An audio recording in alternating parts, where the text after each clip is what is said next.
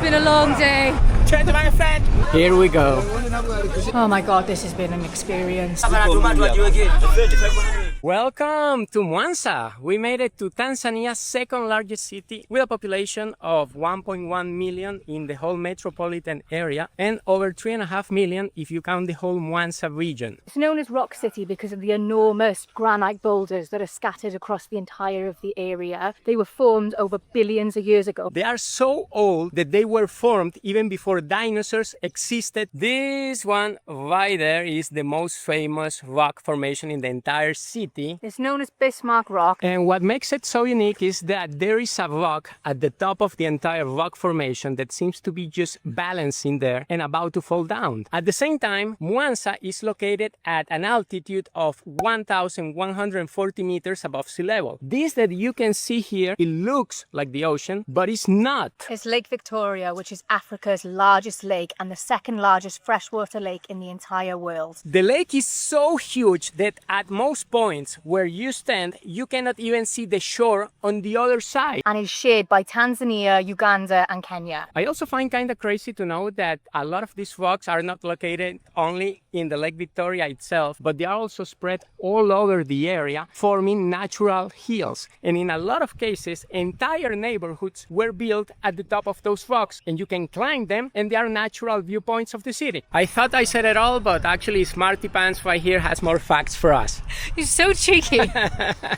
Did you know that this is one of the most deadliest lakes in the entire of the world? Because it's so large, it has its own weather system, which means that sudden storms can happen at very little warning. I would never think that, because if you look at it, it looks very shallow and the water is quite quiet. But that's because we're at the shore. When you get out into the middle of the lake, okay, it's very different, isn't it? Because you think that it's covered by 3 different countries. That's how large it is. We have 51% in Tanzania, 43% in Uganda and 6% in Kenya. There are also a lot of fish and wildlife that are living in and around the lake area. We've got hippos that are living on some of the shorelines, and there's also Nile crocodiles because it's the largest water source connected to the River Nile. I don't know, would you swim there? These kids are swimming.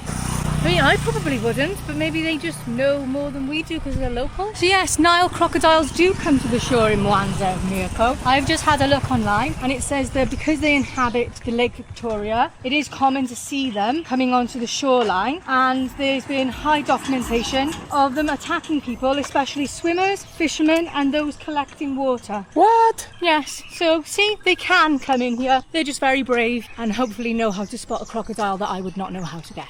We are now on our way to grab some food, and you can really see that the rocks are all over the place. One of the coolest places in the city of Mwanza is Sanane Island National Park, which is the smallest national park in all of Tanzania, and you can reach it by only a 10-minute boat ride. It's an incredibly small national park at only 2.18 square kilometers. You've got walking itineraries that you can do around the island, and you can see so many different species of wildlife. There's over 40 animals on the island. The whole national park, as the name says it, is comprised in a bigger island and then a few smaller rocks. And the beauty of this national park is that you can pretty much reach it in a very short amount of time, avoiding that long drive like the one we had to do to get to the Serengeti, which was lost 7 hours. So if you are looking for an option to see animals not very far away and you're in the city of Mwanza, you can do that. We're gonna give it a miss because we have seen so amazing things in the Serengeti that we feel that nothing is gonna ever match it. Nothing's ever gonna compare to Serengeti. But what does make it a really unique national park is it is the only national park that is located inside a city in Africa. This part of the city looks a little bit more busy. You can even see rail tracks here,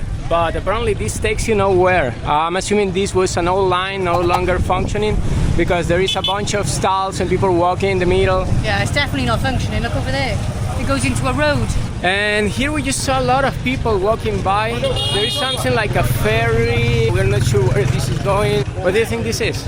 Well, considering it's Lake Victoria, they could be transporting them to another part of the country or to one of the other countries. Oh yeah, I think I read something about this, that basically the coaches go inside the ferry. That's how you get to the other side, and then you continue your journey with the bus.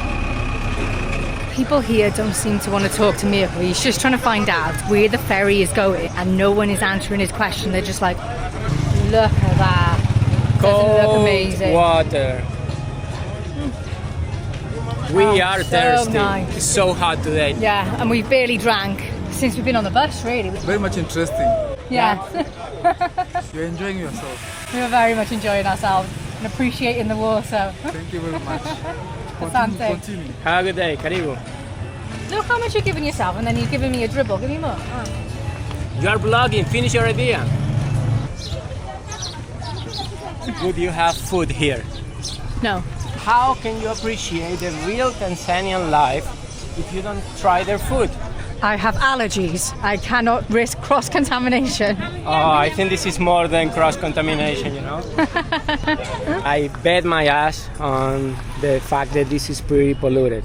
You can see people not only washing themselves with soap and shampoo, but also just cleaning anything. Oh my God, look at this bird. I've definitely seen another bird. What is this? I don't know. A pelican that big? Why do you think they spread their wings like that? Do you reckon it's to cool down? I certainly have never seen that kind of bird, but it looks interesting. We've just done a Google lens on it, and it's a marabou stork, which is found near the shores of Lake Victoria, which shows that my knowledge on birds is terrible, considering I thought it was a pelican. So I had to Google what a pelican looks like, just to see whether I was far off. And pelicans have much bigger beaks than what they do. And smaller legs as well. Do they? I think so. Well, I mean, yeah. I only saw the face of a pelican as soon as I seen it, and yeah, that's definitely not what I'm looking at. But these ones look kind of ill. It's like they're missing feathers on their heads. I don't know, but... Is that how they're meant to be, though? Is it like vultures don't have hair on their heads? Is it because maybe they're scavengers? They look really dirty. Sounds awful to say, but they just look grubby. Yeah, they don't look nice.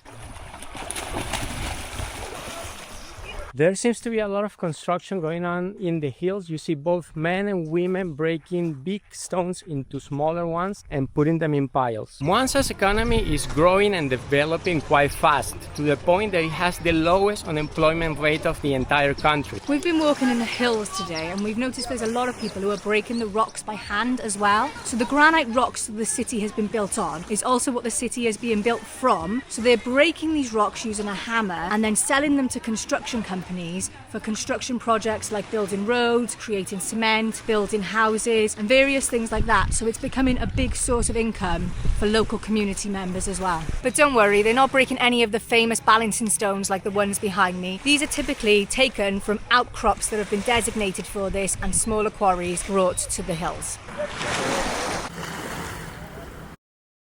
So last night, me and Mirko decided that Mwanza isn't for us. Aside from the Bismarck Rock, we haven't really found anything else to do. So we've just decided to cut it short here.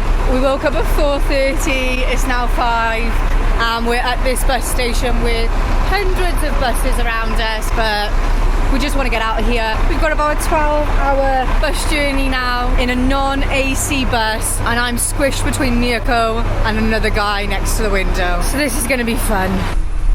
I've decided to move a seat forward right now because I was absolutely squished. The seat is taken, but I'm just going to wait for the person to arrive before I actually move. It's been 1 hour since we left the station. More people are coming in, and Taz is pretending to be asleep.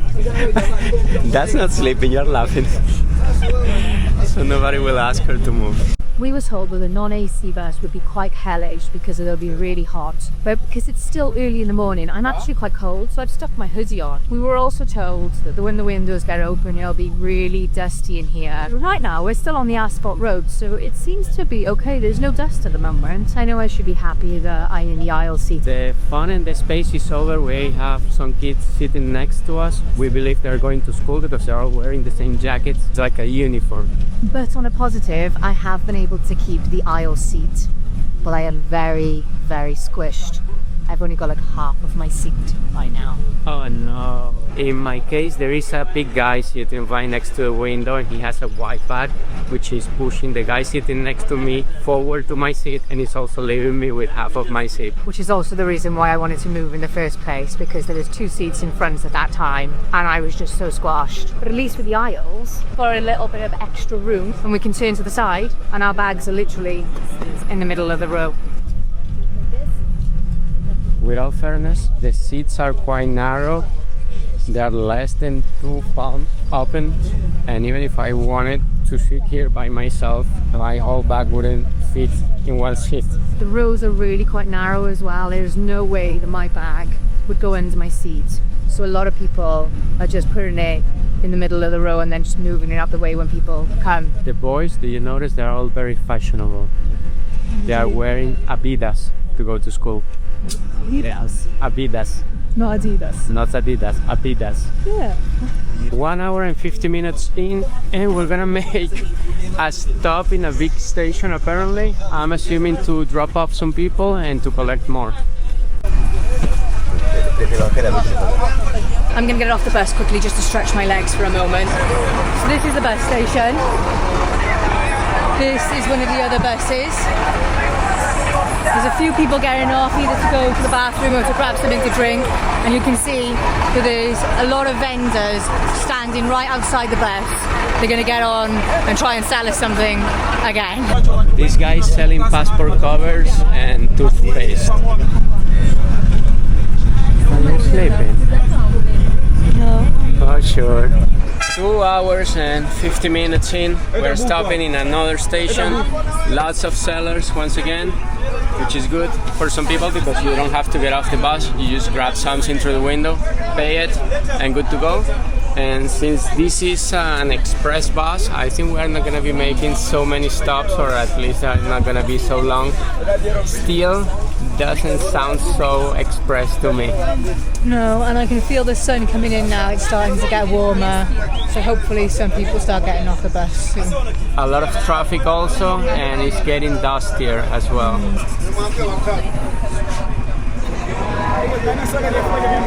They're selling anything you can imagine: bread, drinks, peanuts, cashews, headphones, also watches, sunglasses. More people coming inside. We're 3 hours into the journey. We've just checked and it's 367 kilometers from Mwanza to Benaco. We've got about 200 kilometers left to do. I think we are moving at a good pace, but anything can happen. This is Africa, and I wouldn't be surprised if we end up taking 10 hours or something like that to get there. Well, we've been told it could take around 12 to 15 hours. Somebody sleeping? No, I'm not. What were you doing then? I was dreaming about something with my eyes closed. So you were dreaming, so you were sleeping? No, I was imagining. Sure you were. We now got music on in the car. We had a song called Watu on just now. So we were having a little bit of a vibe, and now it's got a bit of a rap theme to it. Mirko was just sleeping behind me, and then I noticed he looked up and seen that I was about to film, thinking that I was trying to film him again. And I genuinely wasn't. I was looking at the time, which I can't see now because there's a man's arm in the way. But I'm actually getting really, really warm on this bus, and there's just no room for me to be able to take my jacket off. I've got a lady and a baby sat right next to me. The baby tried to take my glasses off my head just now, so the lady smacked me on the head by accident. Just to so the baby didn't steal my glasses. But yeah, it's getting a lot warmer. We've just stopped. Mirko's going to the bathroom, and it seems like everyone else is literally getting off of this bus at the moment. I'm like super squished right by here. The bus is a lot emptier right now.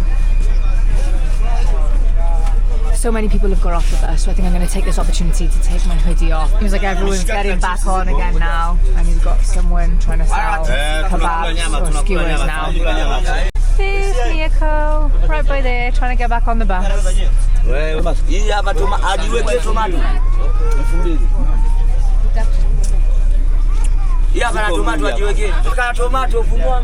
We've been on the bus now for 4.5 hours, and clearly everyone is getting hungry because everyone who got off the bus is now getting back on with water, drinks, snacks. It looks like we're hitting the dirt roads now. We were moving at a good pace, but suddenly everything turned into hell. We are on a dirt road that seems to have no end. A lot of construction going on. In some cases, there's 2 cars coming in one single lane. We only have more or less 65 kilometers left, but it feels like it's gonna take an eternity. After 30 kilometers of dirt road, it seems like we are finally back on track. We are only approximately 40 kilometers away from the place that we have to hit to then catch another means of transportation to get to the border between Tanzania and Rwanda. 7 hours and 15 minutes later, approximately 370 kilometers, we made it to Benaco. Benaco is still Tanzania. Now we have to take one of these cars to make it to Rusumo, which is pretty close to the border with Rwanda, and then we have to cross a foot to then take another bus that will take us to the capital of Rwanda. This has been a long day. It has been. Let's put our bags in here first then. Yeah, we had so many people just around us asking us all these different questions, and then eventually someone was offering us a bike. We said no thanks, and then everyone just started piling into this one little car. And we had no idea how they'd all fit, but we found this one, so at least we've got a little bit more space now. Hello. Hello.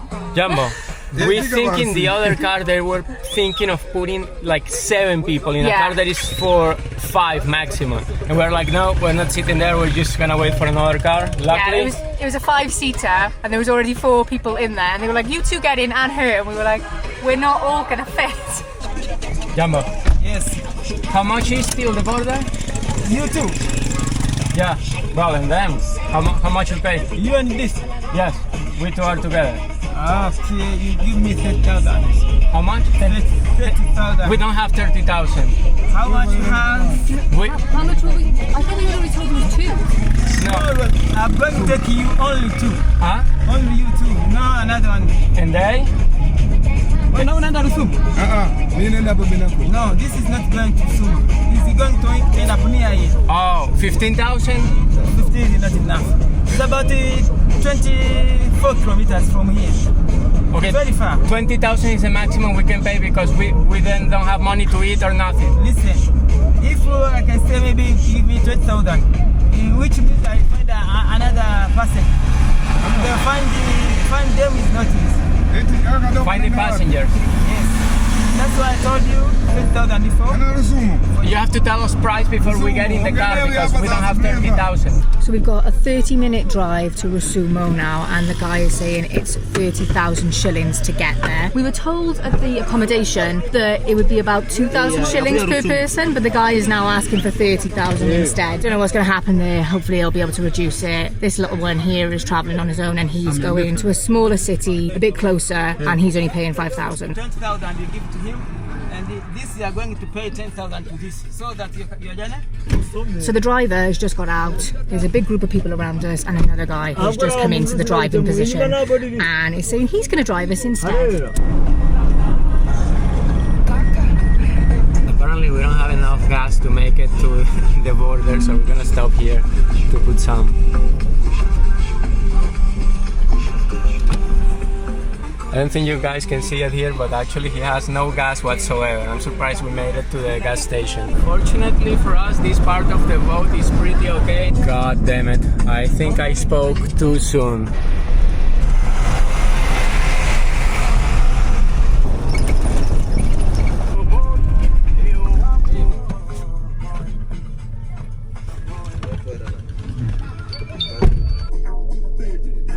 Something that is surprising me is that you don't see any private cars driving through this area, not crossing the border to Rwanda, not crossing it to Tanzania. All that you can see is just big trucks transporting, I don't know what.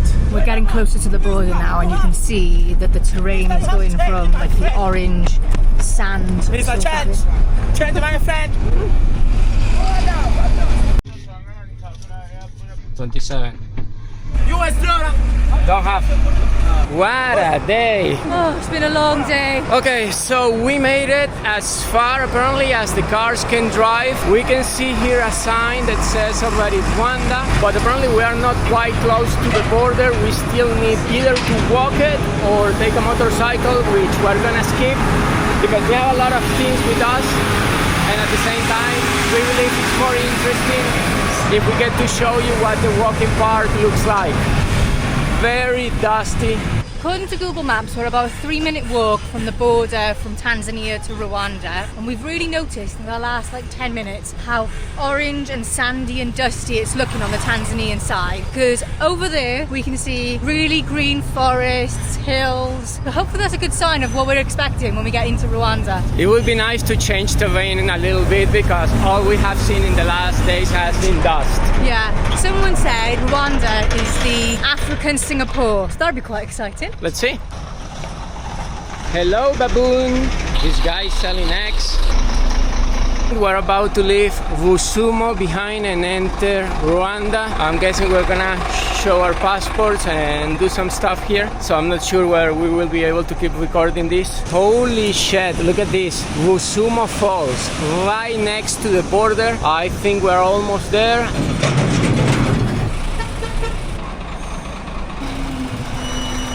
We're about to cross, and one of the rules is that you have to wash your hands. I suppose it's all related to the Ebola, which is not happening in Rwanda. Rwanda is safe right now, but Uganda has cases, the Democratic Republic of Congo has cases as well. And I suppose that Rwanda wants to keep it this way. You gotta love this. Look at the balance, and still she's managing to wash her hands.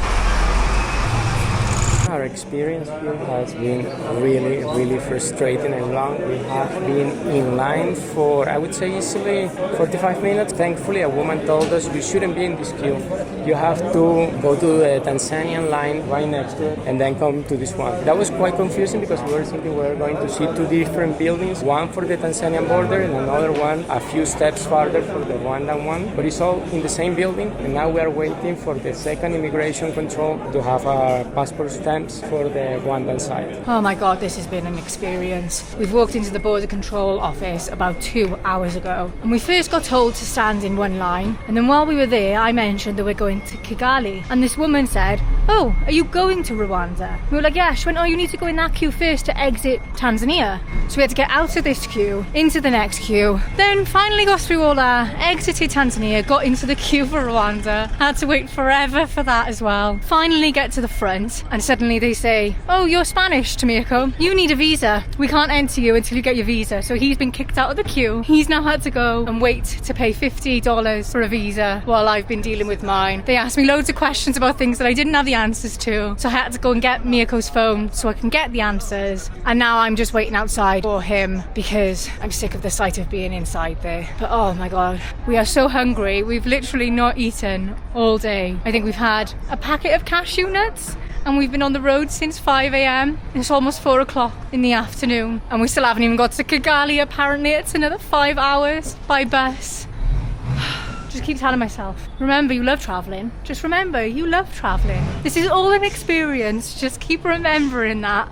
We have an even worse update. Go on, Mirko, tell them what's happening. This is just a fucking joke. So the visa is in dollars. Yes. The ATM is not gonna give me dollars. I have to take the money in Rwandan currency to then go to an exchange office, get dollars, and go to pay to them in dollars. The saga continues. Will they not accept euros? No. Only dollars. I'm trying to be positive because I don't want to screw up the video by spreading negativity, but it's just been so slow and tedious and lame. We spent, I don't know, like 2.5 hours inside the immigration office, huge queue just to get our stamps, then the visa, a whole new issue. And like 3 hours later, we're finally welcoming ourselves to the Republic of Rwanda. Still have a 5-hour bus approximately. Kigali, Rwanda's capital, and we need to find some food urgently because there's no way we're gonna make it till tonight without any food in our stomachs. We are too hungry. Not far from when you enter Rwanda, they've got this little buffet area where you can get all this type of food. Mirko is plating up a load of noodles. They've got some chicken, some potatoes, some vegetarian stuff. I don't know who looks more miserable, you or me? Oh, definitely you. Definitely not. You're just a little bit more perky because you've eaten now. You were miserable a moment ago. Well, I'm still miserable. I had a hard time there, but the food is crap. I'll give it to you. Yeah. But it's the best we have right now. It might be the best we have, but there is a risk of cross-contamination, so... To be fair, we're not going to find anything better where we are. I'm so hungry that I would eat anything you gave me by now. Yeah. I'm just hungry.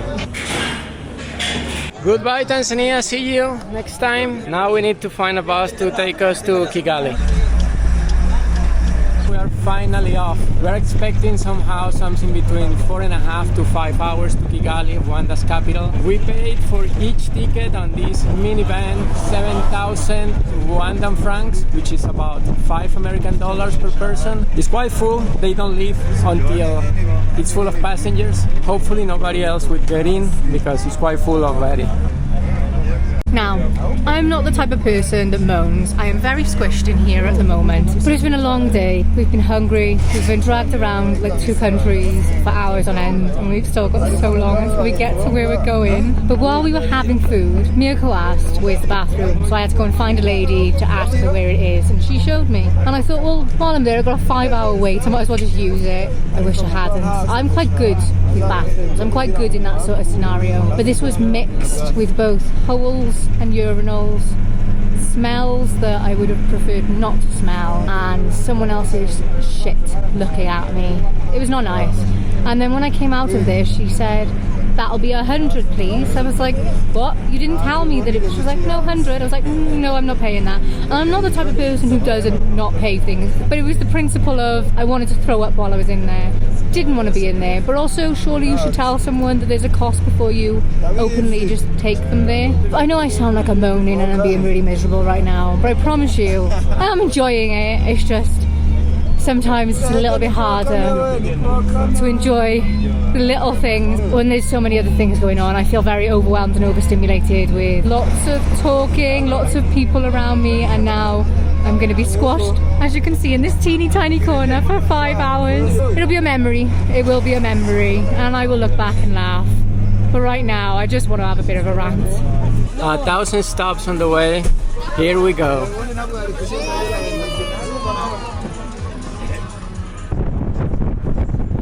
These children are looking at me like they have never seen a white guy before in their lives. I'm telling you, I feel like a celebrity here. People are looking at me like I'm something else. They just call me Musungu, which means white person, and they just keep staring at me. I don't even know what to say. You guys see all the helmets on the motorcycles? That's because in the whole country this is mandatory.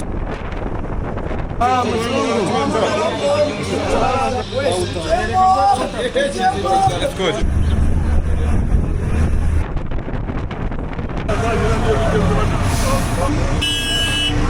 I swear I've never been so desperate in my entire life. We have only progressed 100 kilometers in almost 3.5 hours, and we still have halfway to go to Kigali. This has been stopping every 20 minutes in average, and it stops for 10 minutes in every single station, and it just never moves.